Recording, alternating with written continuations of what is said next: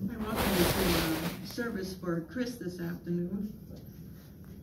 A poet writes, "Don't think of him as gone away, his journey's just begun.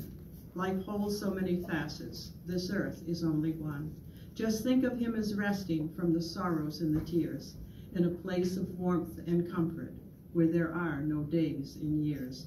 Think how he must be wishing that you could know today, how nothing but your sadness can really pass away.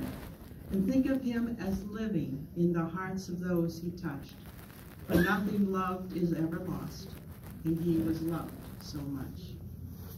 Today, in this very appropriate setting, a place which Chris held dear to his heart, we gather to say goodbye to him, and we gather to celebrate his life. During a time like this, may you take comfort knowing that Chris's soul has been set free without life chains to bind him. Some golden wings have lifted him away from all earth's struggles and cares. He's in the presence of our Creator, where his spirit is now young, his life has been renewed, and all of his health has been restored. May believing that he is at peace with other loved ones, that you will see him again, bring you strength in the days to come. Life is often seen as a journey, and it is said that we're all travelers, that we're all just passing through, and that we are never meant to stay. For some, the journey is brief, and for others, it is a bit longer.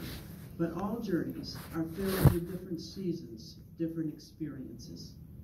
For it is written in part, to everything there is a season, a time to every purpose under the heaven, a time to be born and a time to die, and a time to love and a time to hate, and a time of war and a time of peace. Let us pray. God, we give you thanks for Chris, for who he was, and for all that he did out of his love for family and friends. May your healing hand of comfort be upon all who grieve this day. In the name of Christ we pray. Amen. I have been asked to share the obituary this afternoon. I apologize if I really screw up some of the names. Chris A. McDonald, 61, a resident of Jay, passed away Sunday, February 24th, at his home, surrounded by his loving family. He was born November 6, 1957, in Farmington, the son of Earl W. McDonald and Marguerite A. Peggy Tibbetts McDonald. He was a 1976 graduate of Jay High School. He proudly served in the U.S. Army from 1976 to 1983. He worked for National Cash Register and later as a shipping and receiving manager for McQuaig International, both in Dayton, Ohio. He spent 26 years in Dayton, Ohio, before moving back home to Jay 8 years ago to spend time with his brothers and sisters and nieces and nephews. He enjoyed NASCAR and would root for whoever was driving the Richard Petty car. He would be spotted around town in his Ohio State Buckeye hat, and he enjoyed all New England sports teams. If not watching sports, he would be playing basketball or softball with his grandkids, nephews, and nieces. He took an active role in the JM Post 33 and loved setting up for Sunday bingo. He is survived by his daughters, Christina Rosa of Edmonton, Alberta, Canada, Victoria Powell and her husband, Jeremy, of Dayton, Ohio, Cassandra McDonald of Dayton, Ohio, his sons, Bruce McDonald of Fredericton, Nova Scotia, Canada, and Christopher McDonald of Dayton, Ohio, 12 grandchildren, siblings, Greg McDonald and Brenda Allen of Fayette, Kathy Buckingham of Jay, Cindy Marston and her husband Albert of North Jay, Pamela Brown of Jay, Melanie Nickel and her husband Robin of Jay, Tina Rio and her husband Norm of Livermore, and Monica Woodcock and her husband Kenny of Livermore Falls, sister-in-law Wanda McDonald of Jay, and numerous nieces and nephews. He was preceded in death by his parents, his daughter Leanna J. McDonald Bonner,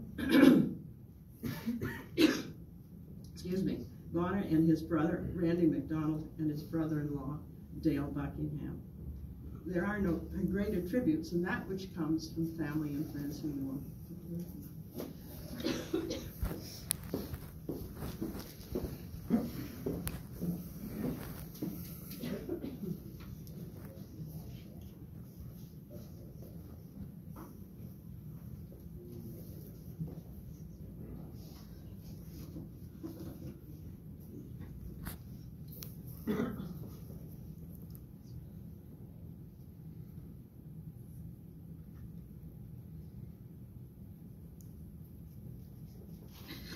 doing so good all day. Most of you knew this man that I'm about to talk about as a brother or an uncle or a friend. I had the privilege of knowing him as the most amazing father that a girl could ever ask for. To say I idolized him is an understatement. He will forever be my rock and my favorite person. He instilled in me values and a confidence that no other person could. He was stubborn to the core, but I took that stubbornness from him and I turned it into a drive and a relentlessness to never give up. He told me the only thing that mattered in life was to do whatever made me happy. And I had to learn to find out what that happiness meant for me. And if I didn't like it and I wasn't happy, to change it. He taught me to treat everybody with respect, regardless of their title or status. You treat the CEO the same way you treat the janitor. You always say thank you. If anyone ever did anything for you, and in the same breath, if you told him thank you, he'd say, don't worry about it. He had a work ethic that isn't taught anymore. You don't call into work. You go in every day, you do the best job you can do. You finish what you start, and you work every day to be better. I've been able to take that and apply it to my career and excel in my own field because of him. When I have to go through performance reviews or my bosses tell me good job, I say that's my job. I was raised by Chris McDonald, that's what you do. So they know his name well. He went from driving me to work as a cashier at the Air Force Museum, counting groundhogs along the way, to beaming with pride as I was able to share my successes with him. He loved his grandbabies. He told me to make sure they knew that.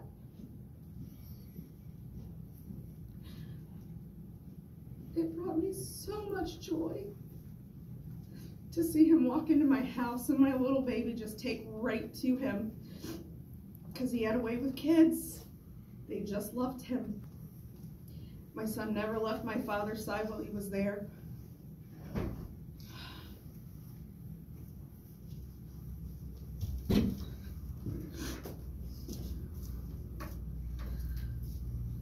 My father also loved to surprise people. One of the favorite stories that our family has is when he came up to surprise my grandparents for Christmas. But before he came up, that slot machine sat in his house for months.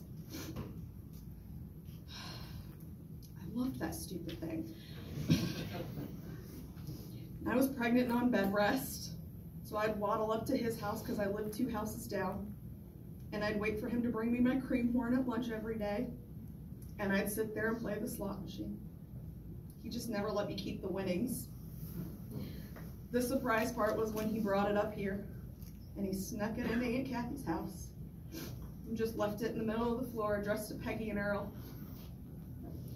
The video shows everybody just kind of wondering what this box is, who could have brought it, and after everybody was there, in walks my father, and all you hear is, "There's Chris!" He received the exact reaction that he wanted, which is what brought him joy. When my Aunt Melanie was marrying Robin, he told her that he couldn't be here. Of course, she was upset. She wanted her brother there.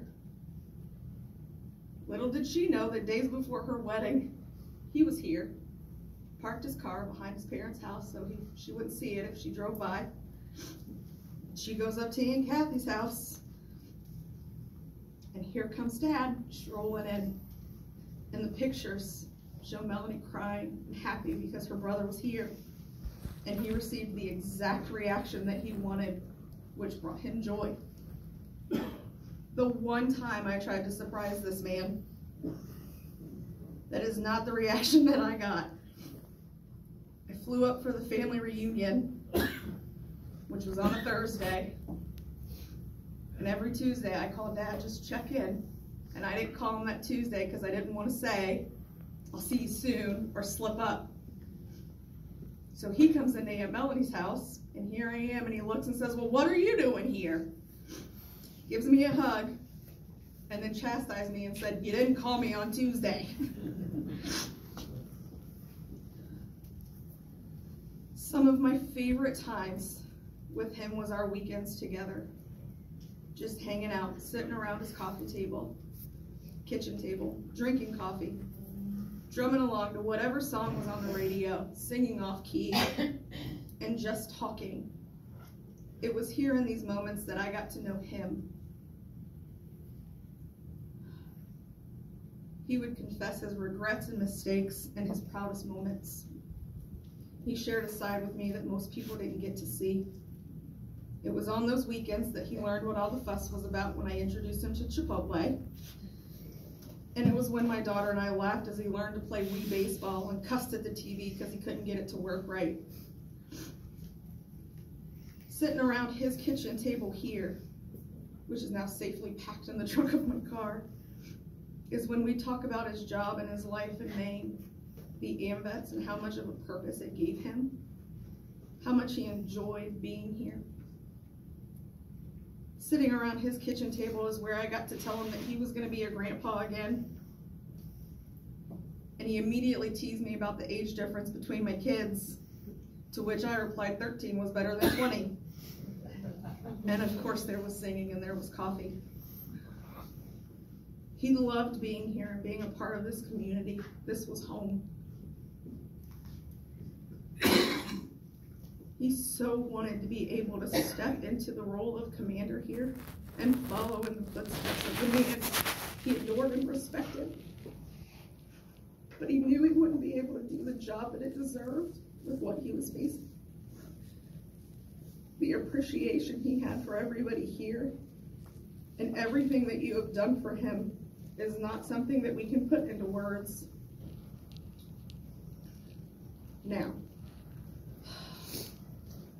I'm aware that's a good-looking man, and he's very handsome, and any one of you lovely ladies would have loved to have locked him down because he was a good catch. However, the man was married 4 times, and after wife number 4, we had to say enough. We don't want any more stepmommies. So if you could lock him down, Nancy, where'd you go? That was my fault, sorry. He was a protective father. You did not mess with his babies. I once saw him chase a kid 4 blocks for throwing a snowball at me and making me cry until he caught him. And I'm pretty sure that kid might have just pooped his pants when he was done. But I have that mama bear instinct from his papa bear influence. He did mellow with age, and his new motto became, relax, it's not that serious. That was often his answer to me when I was hyper about something or just giving him grief for whatever reason. Unless he was feeling hyper, to which his reply is, don't yell at your father, I'll still kick your ass. He managed to keep that feistiness with me right until the very end. I always knew if those eyebrows went up, I better straighten up. And on the day of his passing, I couldn't take it. And I had a bit of an outburst where I just looked down and I was like, I am not a patient person. And right there, those eyebrows went up and I knew he was listening and I'd better get my act together.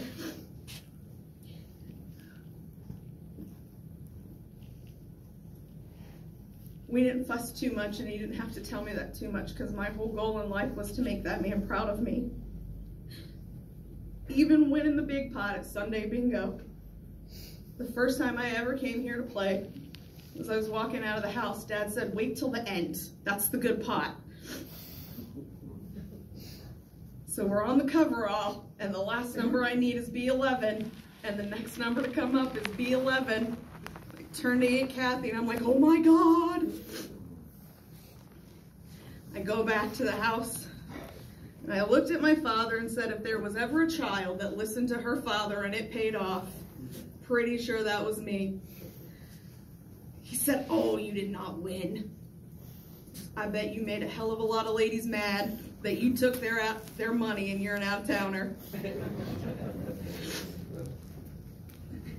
During that same trip up here, he took us for ice cream, Softy Delight.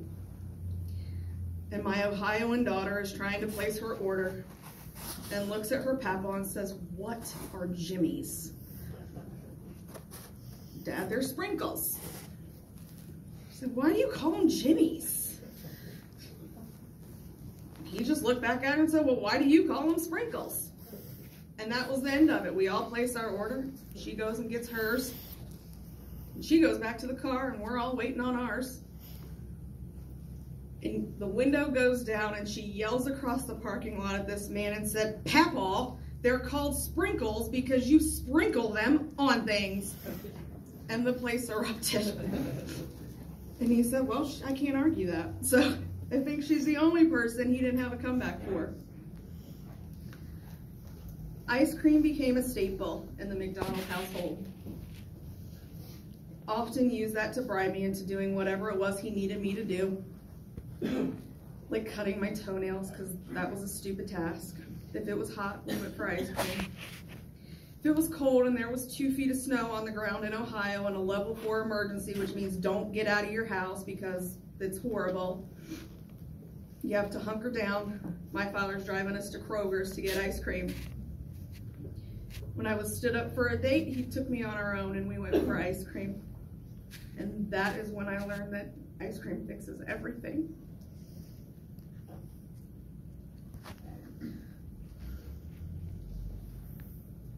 On the day of my grandfather's funeral, I called Dad and just said, "I love you." And he said, "Why are you calling me? What's wrong?" I said, "I figured today wasn't the best day for you, so I just wanted to tell you that I love you." He said, "All right, but I think I have to move now." And I said, "Okay." And he started in with the reasons why, and I just said, "Okay, Dad."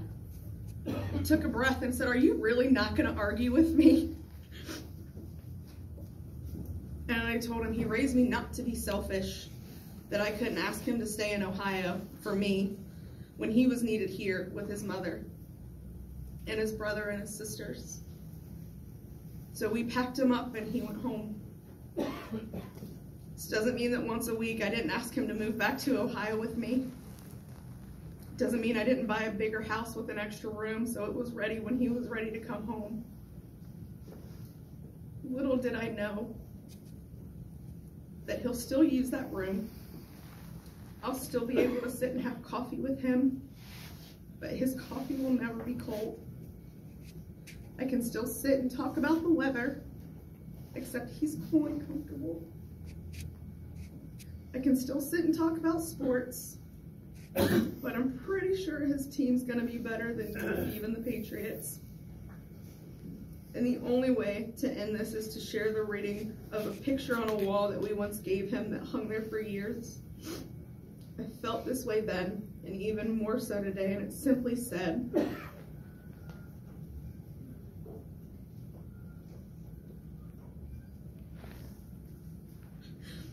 "The greatest gift I ever had came from God, and I call him Dad."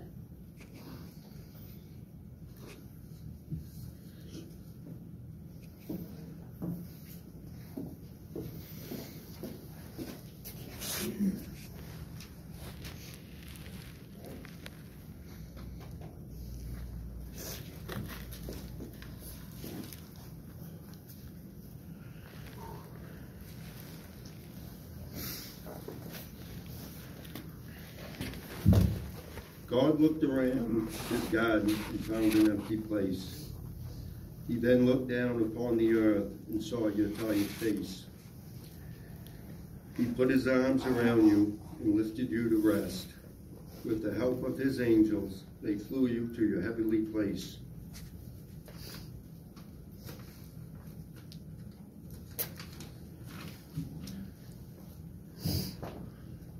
Three days ago, I was asked if I would do this. I didn't think I would be able to. And then I thought what Chris had been through for the last 6.5 months would not compare. He is a man that adored his family. A man that never criticized anyone and always listened and looked for the good no matter what the situation was. After 6.5 months in and out of the hospital, he was still considered their best patient. We always joked with him because he always had the good-looking nurses taking care of him.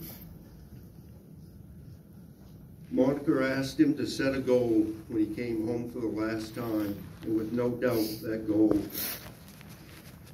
was to help with bingo one last time. May not seem like a big goal, but it was his goal. It was always the little things that cherished the most. And one thing he cherished was the AMVETS and each and every one of you.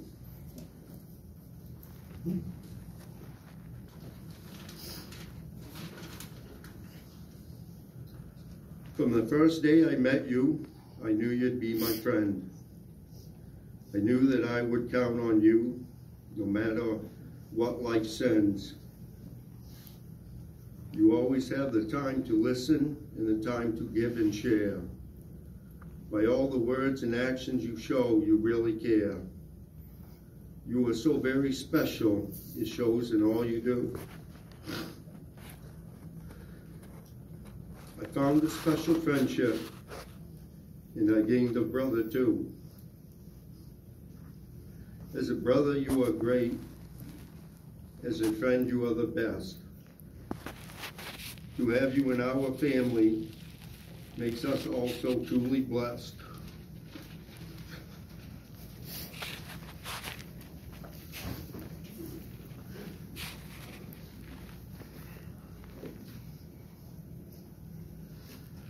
Thank you. Beautiful. Beautiful. Perhaps these would be Chris's words to you today. When I leave this world behind, I hope my friends will see that I tried to make a difference and I lived accordingly. I hope my family knows that I tried to do my best and remember me with love as they lay me down to rest. I'd like the memory of me to be a happy one. I'd like to leave an afterglow of smiles when life is done. I'd like to leave an echo whispering softly down the way of happy times and laughing times and bright and sunny days. And I'd like the tears of those who grieve to dry before the sun. Remember the happy moments that I leave when my life is done. We continue our celebration of Chris's life with a video.